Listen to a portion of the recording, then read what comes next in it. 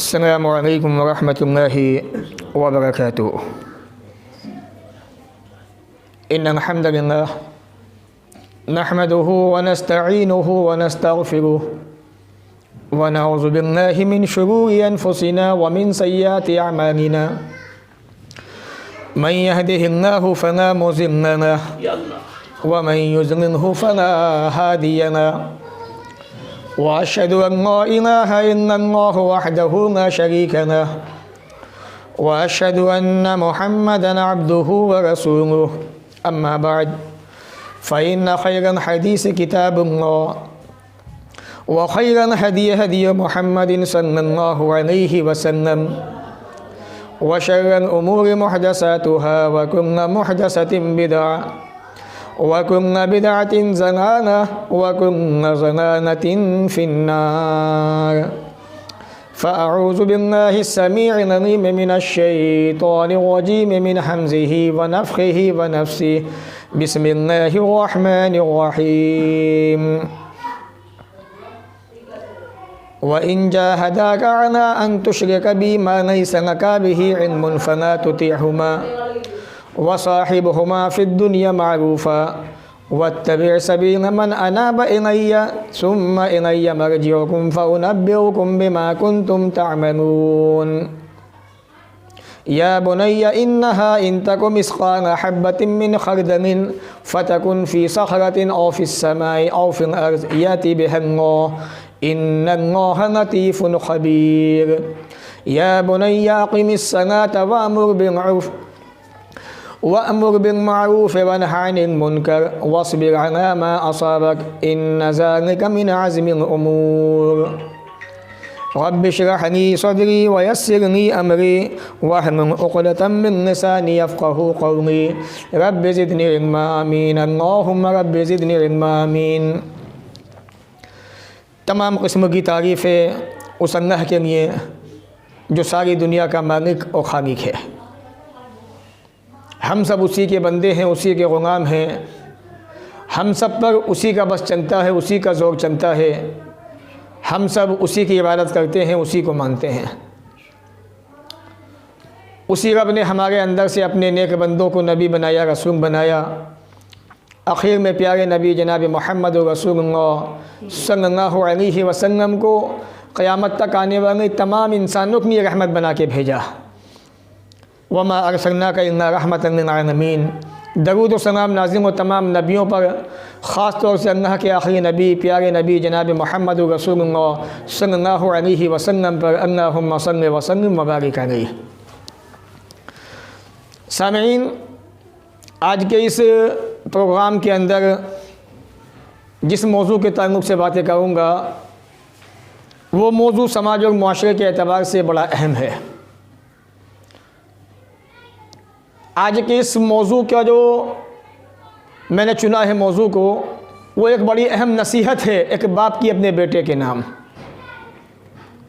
गुज़िश्ता programme के अंदर हज़रत लुक़मान हकीम की दो वसीयतें, दो नसीहतें जो उन्होंने अपने बेटे को की थी, वो मैंने रखी थी आपके सामने। और इंशाअल्लाह उसी बात को आगे बढ़ाते हुए आज मैं कोशिश करूँगा कि इस मुख्तसर वक्त के अंदर हज़रत लुक़मान हकीम की 4 नसीहतें आपके सामने और रखूं, ताकि ये बात वाज़ेह हो कि एक बाप को अपने बेटे को क्या नसीहत करनी चाहिए, एक माँ को अपनी बेटी को, अपनी बहू को, अपनी बीवी को क्या नसीहत करनी चाहिए। इंशाअल्लाह इस मुख्तसर से वक्त में यही बातें रखूँगा। अल्लाह ताला से दुआ है वो हमें इन बातों को सुनने के बाद अमल की तौफ़ीक़ अता फ़रमाए। हज़रत लुक़मान हकीम ने अपने बेटे को पहली वसीयत, दूसरी वसीयत शिर्क की, उसके बाद माँ बाप के साथ में एहसान करने की। और आगे अल्लाह रब्बुल आलमीन ने उनकी बात को ज़िक्र किया, फरमाया व इन जाहदाका अला अन तुश्रिका बी। लुक़मान हकीम अपने बेटे सारान को समझा रहे हैं कि बेटे अल्लाह के साथ में किसी को शरीक ना बनाना और अपने माँ बाप की बात मानना, उनके साथ में एहसान करना, हुस्न सलूक करना, उनकी खिदमत करना। लेकिन कभी मौका ऐसा आ जाए कि तेरे वालिद या तेरी वालिदा तुझे इस बात का हुक्म दे जो अल्लाह रब्बुल आलमीन के क़ानून से टकराती हो, जो अल्लाह की शरीयत से टकराती हो, रब के क़ानून से टकराने वाली हो, तब तुम क्या करोगे? जबकि रब ने कहा है कुरान के अंदर, तुम्हारे रब का फैसला ये है कि माँ बाप के साथ में अच्छा सलूक करो, उनकी बात मानो, उनको उफ तक मत कहो। तो अल्लाह ने फरमाया व इन जाहदाका अला अन तुश्रिक बी मा लैसा लका बिही इल्म, और अगर वो दोनों तुम्हारे माँ बाप तुम्हें इस बात का हुक्म दें कि तुम अल्लाह के साथ में किसी को शरीक बनाओ, शरीक ठहराओ, जिसका तुम्हारे पास इल्म नहीं है, जानकारी नहीं है, फला तुतिहुमा, तो अपने माँ की भी अपने बाप की बात मत मानना। वसाहिबहुमा फिद दुनिया मारूफा, लेकिन साथ में इतना याद रखना, बात तो मत मानना उनकी, क्योंकि वो एक ऐसी बात का हुक्म दे रहे हैं जिसका अल्लाह ने हुक्म नहीं दिया है, जिसके बारे में अल्लाह के नबी ने मना फरमाया है। लेकिन दुनिया के अंदर उनके साथ में अच्छी गुजर बसर करना, अच्छाई से पेश आना। हज़रत साद इब्न अबी वक्कास रज़ी अल्लाह तआला अन्हु उन्हीं का वाक़या है। वो कहते हैं कि यह आयत करीमा मेरे बारे में नाज़िल हुई है। तबरानी शरीफ आप उठाएँ, हदीस की एक किताब का नाम है, उसी के अंदर उन्होंने इस हदीस को रिवायत किया है, नक़ल किया है। सहाबी कहते हैं कि जब मेरे ईमान लाने के बाद मेरी वालिदा मुझसे नाराज़ हो गई और उन्होंने कहा कि बेटे इस्लाम को छोड़ दे, वरना मैं खाऊंगी पीऊंगी नहीं, भूखी प्यासी रहूँगी। अब अल्लाह कह रहा है कि माँ को उफ तक मत कहो, माँ को सताओ मत, परेशान मत करो, डांटो मत। अब यहाँ पर मसला किया गया, माँ कह रही है बेटे दीन को छोड़ दे, इस्लाम को छोड़ दे, वरना मैं भूखी प्यासी रहूँगी, खाना पीना नहीं खाऊंगी। साहबी कहते हैं मैंने अपनी माँ को बहुत समझाया प्यार से, मोहब्बत से कि अम्मी जान ऐसा मत कीजिए, मैं इस्लाम ला चुका हूँ, तौहीद को मैंने अपना लिया है, अल्लाह को मैंने एक माना है, रसूल अकरम की रिसालत की गवाही दे चुका हूँ, मैं इसी दीन को नहीं छोड़ूंगा। लोग ताने मार रहे हैं कि कैसा बेगैरत बेटा है, अपनी माँ को सताने पे तुला हुआ है, ये अपनी माँ का कातिल है, ये अपनी माँ को मार के रहेगा, उसकी जान ले के रहेगा। साहबी कहते हैं मैं और ज़्यादा परेशान हुआ, मैं अपनी माँ के पास आया, कहा कि अम्मी जान ऐसा ना कीजिए, आप ऐसा मत करिए, अल्लाह के वास्ते आप खाना खा लीजिए। आप कहा कि मेरे बच्चे जब तक तू इस दीन को नहीं छोड़ेगा, इस दीन से बाज नहीं आएगा, तब तक मैं खाऊंगी पीऊंगी नहीं, भूखी प्यासी रहूँगी।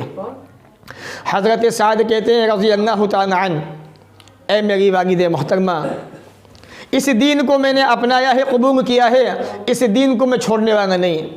अगर आप मेरी माँ हैं और आपके अंदर एक जान है, अल्लाह 100 जाने भी आप में डाल दे और वो 100 जाने भी मैं इस्लाम पे कुर्बान कर दूंगा, तो भी मैं दीन को छोड़ने वाला नहीं हूँ।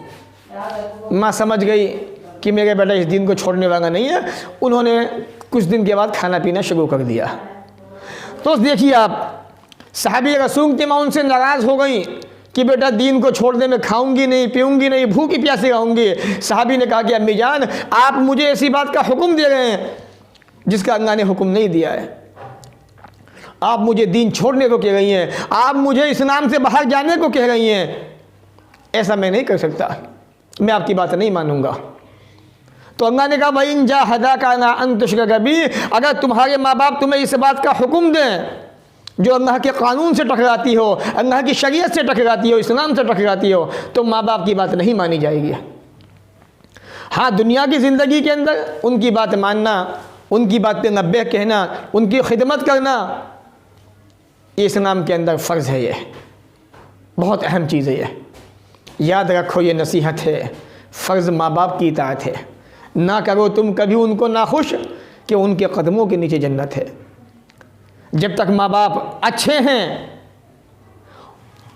उनके कदमों के नीचे जन्नत है, उनकी खिदमत कीजिए, आप उनकी इताअत कीजिए, फरमाबरदारी कीजिए। लेकिन जहाँ वो तुम्हें ऐसी बात का हुक्म दे जिसका अल्लाह ने हुक्म नहीं दिया है, तो उनकी बात नहीं मानी जाएगी। अल्लाह ने फरमाया वसाहिबहुमा फिद दुनिया मारूफा, उनके साथ दुनिया की ज़िंदगी के अंदर अच्छा मामला करना, अच्छाई से पेश आना। हज़रत अस्मा बिनत अबी बकर रज़ी अल्लाह तआला अन्हा, उनकी वालिदा उनके पास आई, मुशरिका थी, वो अभी ईमान नहीं लाई थी। इनकी वालिदा मोहतरमा वो आई आपके पास, जैसे आई तो अल्लाह के नबी सल्लल्लाहु अलैहि वसल्लम से मशवरा पूछा, मसला पूछा, मशवरा किया आपसे, या रसूलल्लाह मेरी माँ मेरे पास आती हैं, वो मुशरिका है, मैं क्या करूँ? अल्लाह के नबी ने कहा सिली उम्मिहा, अपनी माँ के साथ में अच्छा सलूक कर, गरचे वो मुशरिका है। तो इस्लाम ये कहता है वसाहिबुमा फिद दुनिया मारूफा, अगर माँ बाप मुशरिक भी हैं, काफिर भी हैं, तो भी उनके साथ में अच्छा सलूक किया जाएगा, उनकी बात मानी जाएगी, जब तक कि वो बात किताब और सुन्नत से न टकराती हो। वत्तबि सबील मन अनाब इलैया सुम्मा इलैया मर्जिउकुम, अल्लाह फरमाता है आगे, और उस इंसान के रास्ते की पैरवी कीजिए जो मेरी तरफ झुका हुआ हो, जो नबी के रास्ते पे चल रहा है, अल्लाह के रास्ते पे चल रहा है। रब का रास्ता कौन सा है? उठाइए कुरान सूरह नाम, व अन्ना हादा सिराती मुस्तकीमा, अल्लाह ने फरमाया ये सीधा रास्ता मेरा रास्ता है, फत्तबिऊ, इसकी इत्तिबा कीजिए, पैरवी कीजिए। इसीलिए किसी शायर ने कहा है मसनक सुन्नत पे सानिक चंगा जा बेधड़क, मसनक सुन्नत पे ए सानिक चंगा जा बेधड़क, जन्नतुल फिरदौस को सीधी गई ये सड़क। हम सोचते हैं कि शैतान जो है वो दाएं बाएं बैठा हुआ है, नहीं, शैतान सीधे रास्ते पे बैठा हुआ है।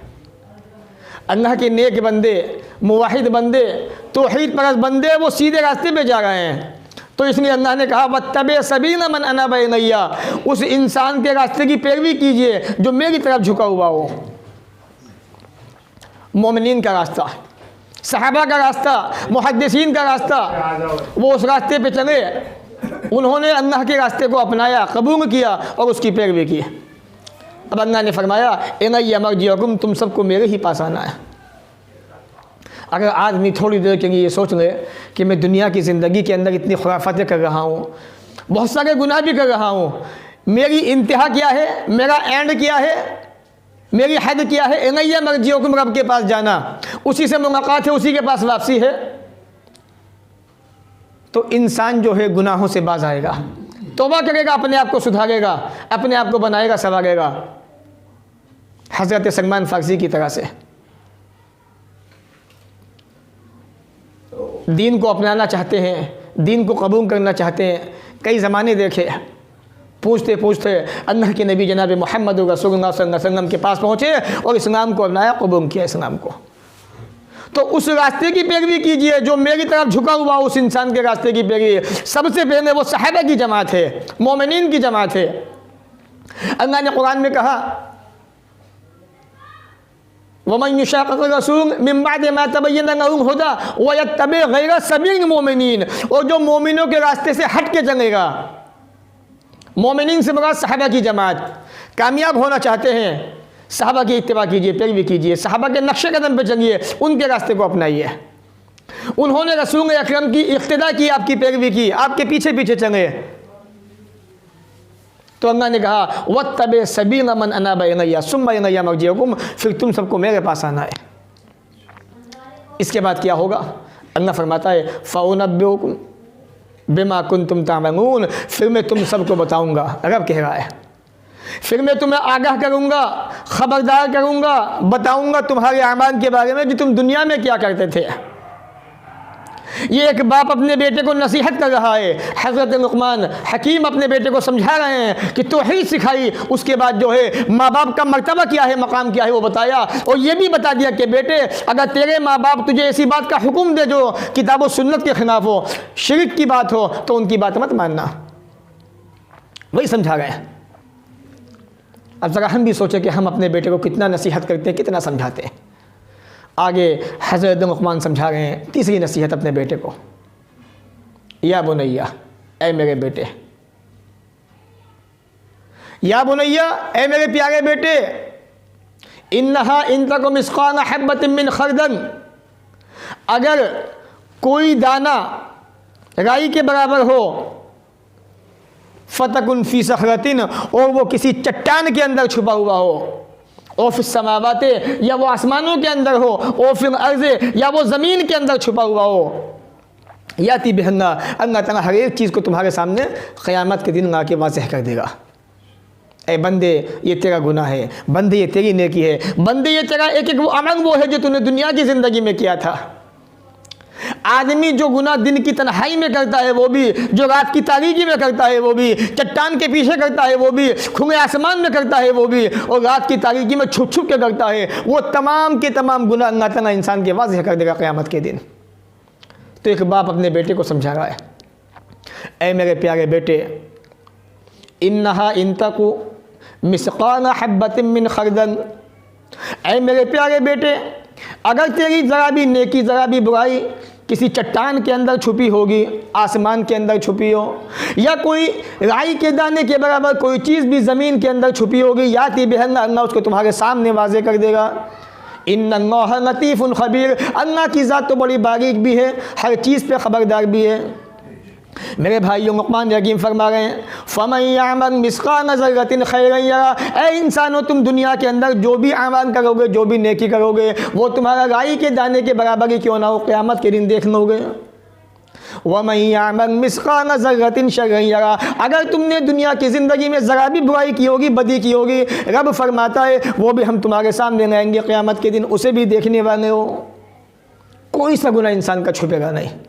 आज हम ये सोचते हैं हमारे वालिद को पता नहीं है, हमारे अब्बू को पता नहीं है, अम्मी को पता नहीं है, आज हम सिगरेट भी पी रहे हैं, बीड़ी भी पी रहे हैं और गुनाह भी कर रहे हैं, गुटके भी खा रहे हैं, किसी को पता नहीं है, लेकिन उस रब को सब पता है। वो रब सब देख रहा है। क़यामत कातिबीन जो फरिश्ते आपके आसपास हैं, आपके पास साथ रहते हैं 24 घंटे, वो सब कुछ लिख रहे हैं आपके एक एक करतूत के, एक एक अमाल को।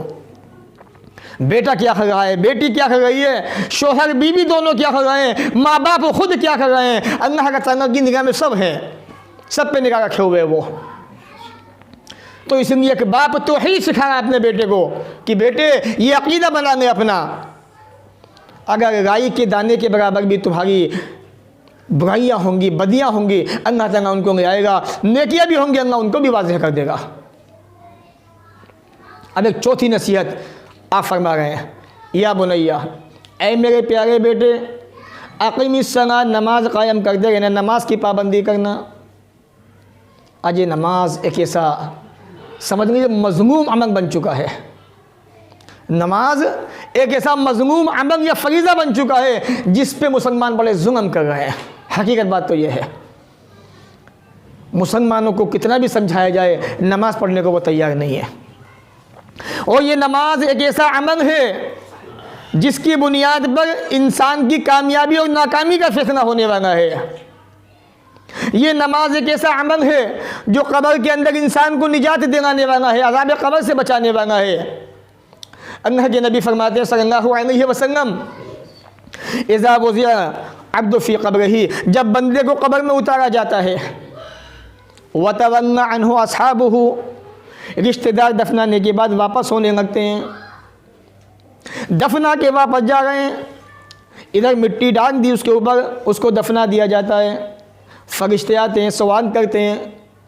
अल्लाह के नबी फरमाते हैं जब मौत के फरिश्ते उसके पास आ जाते हैं, सवाल करने वाले फरिश्ते उसके पास आते हैं, उसे अजाब देना चाहते हैं, रसूल अकरम फरमाते हैं कानतिज़ ज़कात व सियाम व सला व हुस्नुल बिर व हुस्नुल अमल, एक तरफ से नमाज आती है, एक तरफ से ज़कात आती है, एक तरफ से रोज़ा भी आता है, और पाँव की तरफ से तमाम नेकियां उसकी आ जाती हैं, और कहने लगती हैं ऐ फरिश्ते पीछे हट जा, ऐ फरिश्ते पीछे की तरफ हो जा, ये बंदा दुनिया के अंदर हमें पढ़ा करता था, हमें क्या करता था, रोज़ा भी कहेगा, मेरी वजह से भूखा प्यासा रहता था, नमाज भी कहेगी, और फरिश्तों क्या तुम्हें मालूम नहीं है ये दुनिया की ज़िंदगी के अंदर मुझे अदा फरमाया करता था, ज़कात भी कहेगी, ओ फरिश्ते ये दुनिया की ज़िंदगी में साल गुजर जाने पर मुझे दिया करता था, अच्छे अमाल भी कहेंगे कि ये हमें भी अंजाम दिया करता था। वो तमाम की तमाम नेकियां, नमाज भी होगी, ज़कात भी होगी, रोज़ा भी होगा, फरिश्ते को पीछे धकेल देंगे।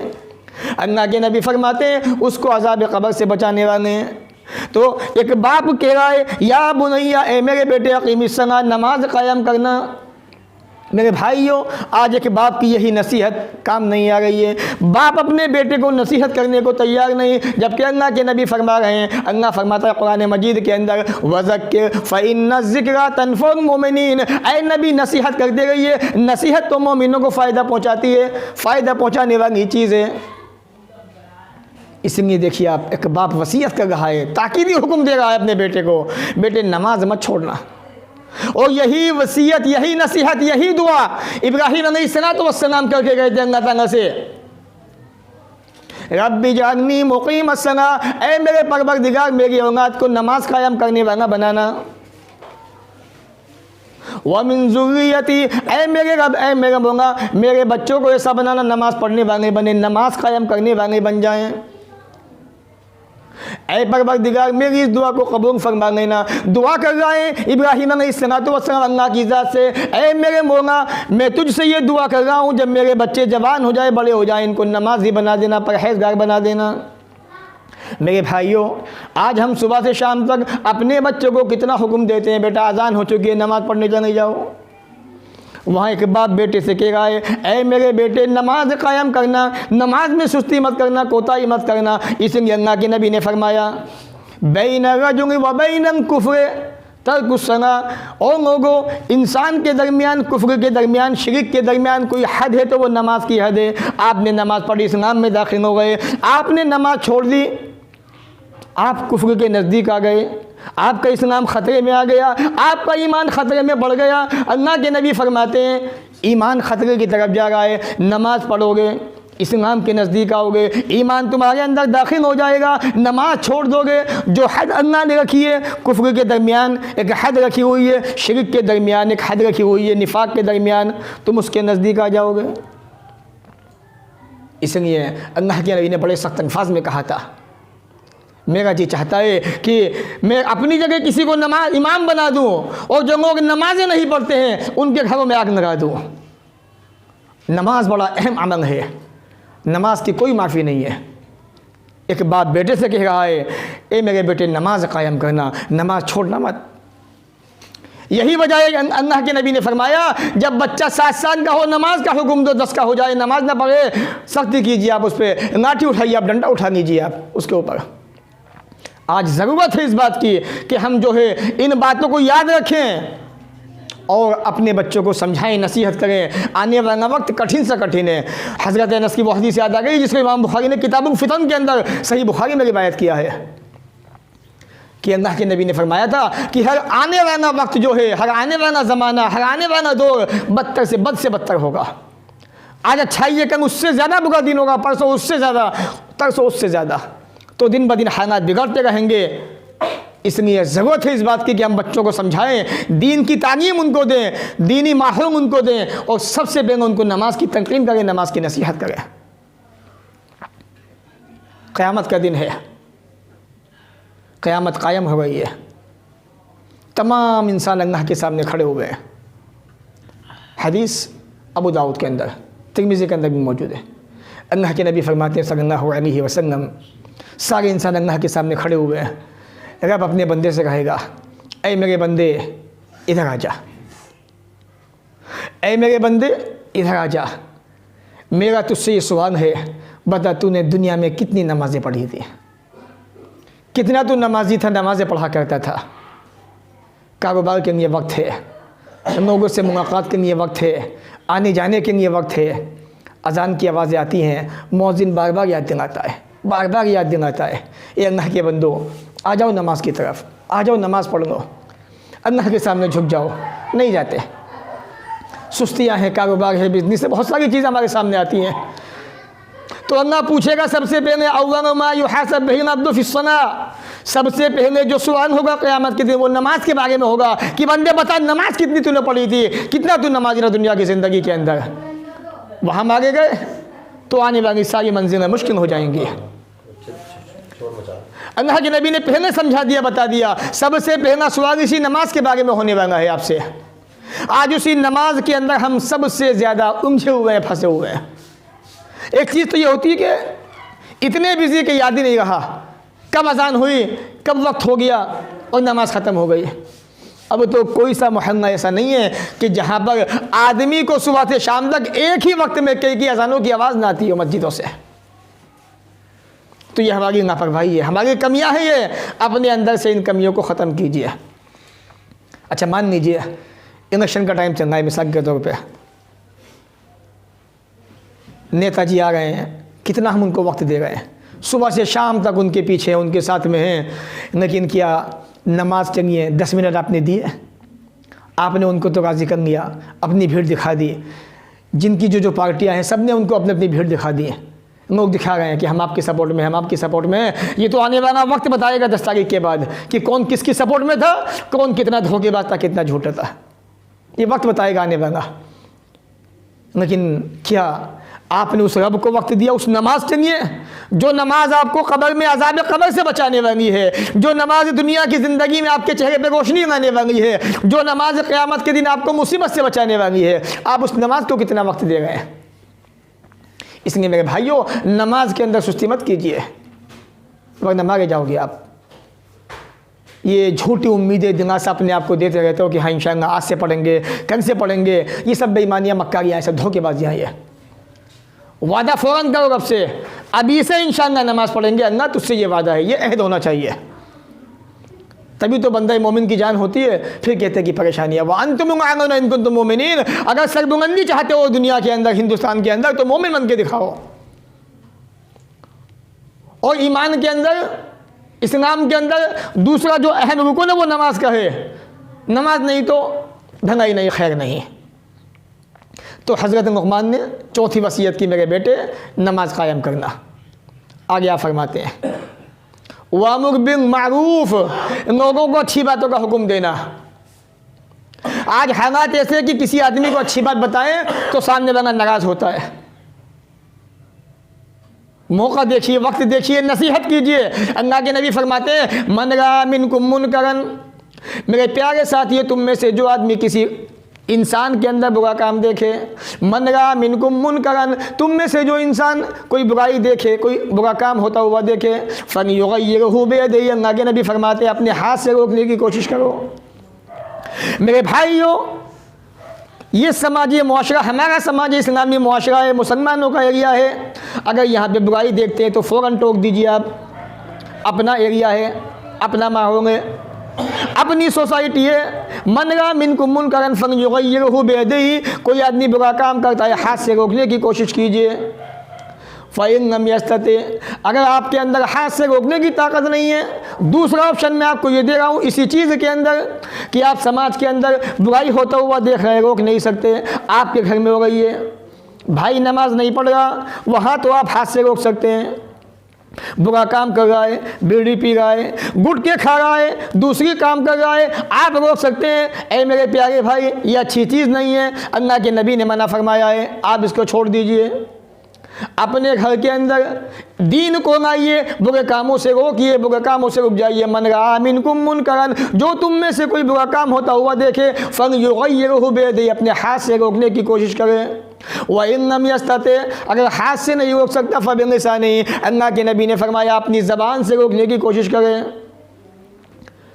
समाज के अंदर बुराइयां दिन ब दिन बढ़ती जा रही हैं, लोग नमाज से दूर होते जा रहे हैं, लोग अच्छे कामों से दूर होते जा रहे हैं। अल्लाह के नबी फरमाते हैं फबिलिसानिही, ज़बान के ज़रिए से लोगों को मना करो, और लोगों तुम जो ये काम कर रहे हो ये अच्छा काम नहीं है, बुराई का काम है ये। ए अल्लाह के बंदे बाज आ जा, नमाज़ें ना छोड़, ए अल्लाह के बंदे किसी को सताया ना कर, अच्छी चीज़ नहीं है, बुरी चीज़ है।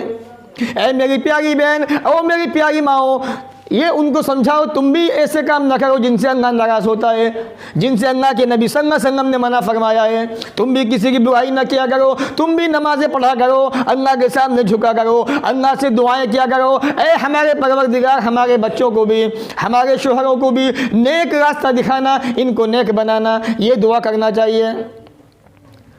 आगे आप फरमाते हैं फ़इन लम यस्तति, अगर तुम्हारे अंदर इतनी ताकत नहीं है ज़बान से रोक सको, फ़बिक़ल्बिही, उस चीज़ को, उस बुराई को अपने दिल में बुरा जान लो। और आगे आप फरमाते हैं और ये ईमान का सबसे कमज़ोर हिस्सा है ये। तो सबसे पहले हाथ की ताकत। समाज में न चले, घर में आप चलाएंगे। आप में पावर है, एक बाप के अंदर इतनी ताकत होती है कि वो बच्चों को डांट के मस्जिद भेज सकता है। आज नहीं तो कल जाएंगे, कल नहीं तो परसों इंशाअल्लाह। जिस दिन पहुंच गए वो दिन के सच्चाई के साथ में, अच्छी नीयत के साथ में, इंशाअल्लाह फिर वापस नहीं होंगे मस्जिद से, वो हमेशा आएंगे इंशाअल्लाह। अगर ऐसा ही आपकी वहाँ भी नहीं चलती मान लीजिए, तो आप जो है ज़बान से मना करें, बेटा मत सुनो, मेरे अंदर ताकत नहीं, आज मैं बूढ़ा हो गया, बाप की बात नहीं सुन रहा हूँ, कम से कम मैं तुम्हें समझा रहा हूँ ज़बान के ज़रिए से, वो जगह अच्छी नहीं है, वो जगह अच्छी नहीं है, वो बुरा काम है, ये बुरा काम है, इनसे बात आ जाओ, तुम्हारा फ़ायदा है इसके अंदर। एक माँ को भी अपने बच्चों को ये वसीयत नसीहत करनी चाहिए। अगर ये भी ना कर सके तो अल्लाह के नबी ने फरमाया उस काम को अपने दिल के अंदर बुरा समझ लो, और ये ईमान का सबसे कमज़ोर हिस्सा है। इस हदीस को इमाम मुस्लिम ने किताबुल ईमान के अंदर सही मुस्लिम में रिवायत किया है। तो एक बाप ने वसीयत की अपने बेटे को, वामुर बिल मारूफ, अच्छी बात का हुक्म दे। मेरे भाइयों, आज हमारे अंदर से ये भी ख़त्म हो गई। घर के अंदर 4-5 अफराद हैं, 6 अफराद हैं, 6 लोग घर के अंदर, एक आदमी कहीं जा रहा है, दूसरा कहीं जा रहा है, तीसरा कहीं, चौथा कहीं, और एक दूसरे को समझाने को तैयार नहीं है। ये अच्छी चीज़ नहीं है, बुरी चीज़ है। समझाएं आप उसको, अच्छी बात का हुक्म दें। ये अल्लाह रब्बुल आलमीन का खुसूसी हुक्म है ये। और अल्लाह के नबी फरमाते हैं, जिस कौम के अंदर अच्छी बात का हुक्म देना, बुरी बात से मना करना, ये ख़त्म हो जाती हैं, तो अल्लाह रब्बुल आलमीन ऐसी कौम से बारिशों को रोक देता है। ऐसी कौम पे मुसीबतें आ जाती हैं, अल्लाह के अज़ाब आने शुरू हो जाते हैं उस कौम के ऊपर, जो अच्छी बात का हुक्म नहीं देते, बुरी बातों से मना नहीं करते।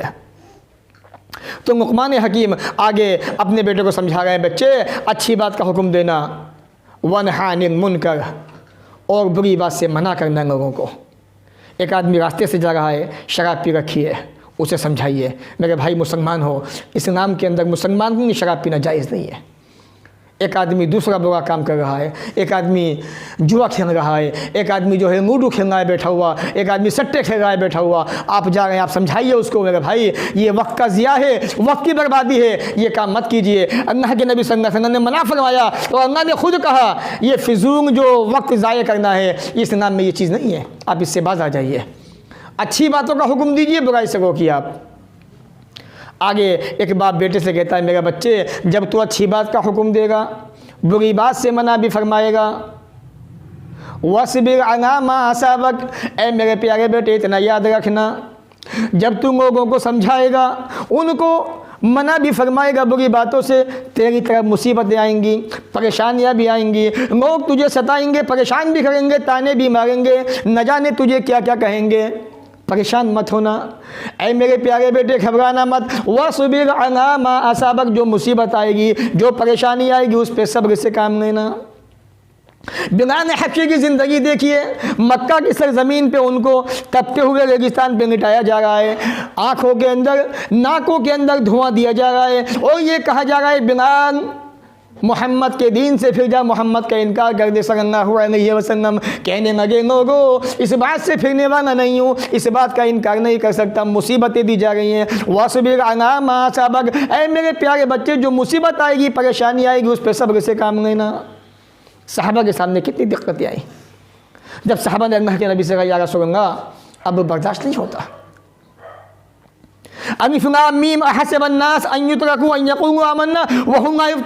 क्या लोगों ने समझ लिया इस बात को कि उन्हें आजमाया नहीं जाएगा, छोड़ दिया जाएगा? ऐसे नहीं, ऐसा नहीं है। तो नबी ने कहा है, मेरे सहाबा, अभी तो तुम्हारी आजमाइश हुई कहाँ है? पिछली उम्मतें जो गुजरी है, उनको आगे से बीच में से चीर दिया जाता था उनको, तब भी वो अल्लाह अहद, अल्लाह एक है, अल्लाह तन्हा है, अकेला है, ये आवाज़ें बुलंद किया करते थे वो, और शहीद हो जाना गवारा कर लिया करते थे। अभी मुसीबत आई कहाँ तुम्हारे ऊपर? जबकि सहाबा ने बहुत मुसीबतें झेली थी।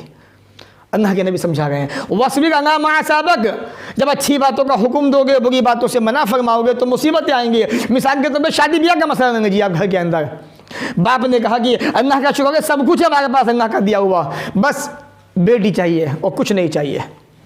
अब माँ कहती है, बीवी कहती है, जी कैसी बातें कर रहे हो, क्यों नहीं मांगे, कि हमारे बेटे का दहेज नहीं आएगा?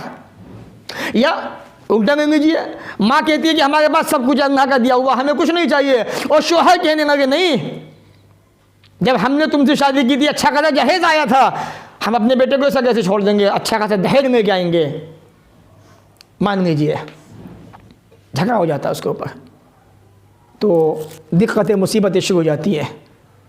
तो वस्बिर अला मा असाबक, उस माहौल को काबू में करना है और आने वाली मुसीबतों पर सब्र से काम लेना है। एक बाप अपने बेटे को यही समझा रहा है, लुक़मान हकीम अपने बेटे को समझा रहा है, बेटे मुसीबत तो आएगी, ऐसा नहीं है नहीं आएगी, आएगी 100%, लेकिन उस मुसीबत पे तुझे सब्र से काम लेना है। खुद अल्लाह के रसूल की ज़िंदगी देख लीजिए, लोगों से कहा, और लोगों, इस बात का इक़रार कर दो, अल्लाह के सिवा कोई माबूद नहीं और मैं अल्लाह का रसूल हूँ। क्या हुआ? तमाम के तमाम मक्का वाले आ गए, पहाड़ी पे अल्लाह के नबी खड़े हुए, कह रहे लोगों मेरी बात ध्यान से सुनो, अच्छा मुझे बताओ, अगर मैं तुमसे ये कहूँ इस वादी के पीछे एक लश्कर छुपा हुआ है, जो तुम पे अटैक करना चाहता है, तुम्हें मिटाना चाहता है, और मक्का के लोगों क्या मेरी बात को मानोगे या नहीं मानोगे? तमाम लोगों ने ज़बान कहा था मा जवाबना अलैका इल्ला सिद्क़ा, ऐ मोहम्मद सल्लल्लाहु अलैहि वसल्लम अल्लाह की कसम सारी ज़िंदगी का तजुर्बा है, सारी ज़िंदगी हमारी आपके बीच गुजरी है, कभी भी हमने आपको झूठ बोलते हुए नहीं देखा। आप कहेंगे तो इंशाअल्लाह आपकी बात मानेंगे। ऐ मोहम्मद सल्लल्लाहु अलैहि वसल्लम अल्लाह की कसम आपको सच बोलते हुए देखा है। नबी ने कहा लोगों मैं तुमसे ये कहना चाहता हूँ क़ूलू ला इलाहा इल्लल्लाह तुफ़्लिहू, इस बात का ऐलान कर दो अल्लाह के सिवा कोई माबूद नहीं। इस बात को मान लो कि वो अल्लाह तन्हा है, अकेला है, कोई उसका साजी नहीं, कोई शरीक नहीं। वो लोग जो अभी तक ये कह रहे थे ओ मोहम्मद सल्लल्लाहु अलैहि वसल्लम हमने आपको अमीन जाना है, सादिक जाना है, सच्चा जाना है, वही कहने लगे तेरा गारत हो, तेरा बेड़ा गर्क हो जाए, तू बर्बाद हो जाए। क्या तूने अनहाजा जमातना, ओ मोहम्मद क्या तूने हमें इसलिए जमा किया था ये बात बताने के लिए। नबी ने वो लोग जो नबी को सच्चा मानते थे, सच्चा जानते थे, नबी की 40 साल ज़िंदगी देख चुके थे, ये मान चुके थे इस जैसे इंसान ने, इस आदमी ने ज़िंदगी में कभी झूठ नहीं बोला। आज झूठ कैसे बोल देगा, लेकिन 360 माबूद को छोड़ के कैसे देंगे। फ़ौरन अल्लाह के नबी पे चढ़ गए, मुसीबतों के पहाड़ टूट गए, आपके खिलाफ साजिश होने लगी, मीटिंग होने लगी। एक बाप बेटे से कह गए ऐ मेरे प्यारे बेटे वह से बेगाना माँ साहब का मुसीबत तो आएगी, सब्र से काम लेना। आज यही बातें हमें समझाने की ज़रूरत है अपने बच्चों को, अपनी औलाद को, कि बेटा नमाज कायम कीजिए, अच्छी बातों का हुक्म दीजिए, बुरी बातों से मना कीजिए, और अकीदा ऐसा बना दीजिए बच्चों का कि बच्चे याद रखना हमारे पीछे अगर तू कहीं गुनाह करता है, बुरा काम करता है छुप के हमसे, और ये मत समझना हम नहीं देख रहे हैं तो अल्लाह की ज़ात तो देख रही है। चट्टान के अंदर तुमने कोई बुराई की, गुनाह किया, आसमान खुले आसमान के अंदर या ज़मीन पर छुप के तुमने गुनाह किया, या तुम्हारी कोई बुराई ज़मीन के अंदर दफन हो गई, किसी को पता नहीं है, तुमने बुराई करके ज़मीन में दफना दी, उसको किसी को नहीं पता, अल्लाह ताला को सब पता है। बच्चों का अकीदा ऐसा बना दीजिए तो इंशाअल्लाह आपके बच्चे, आपकी औलादें क़यामत तक कभी गुनाह नहीं करेंगी इंशाअल्लाह।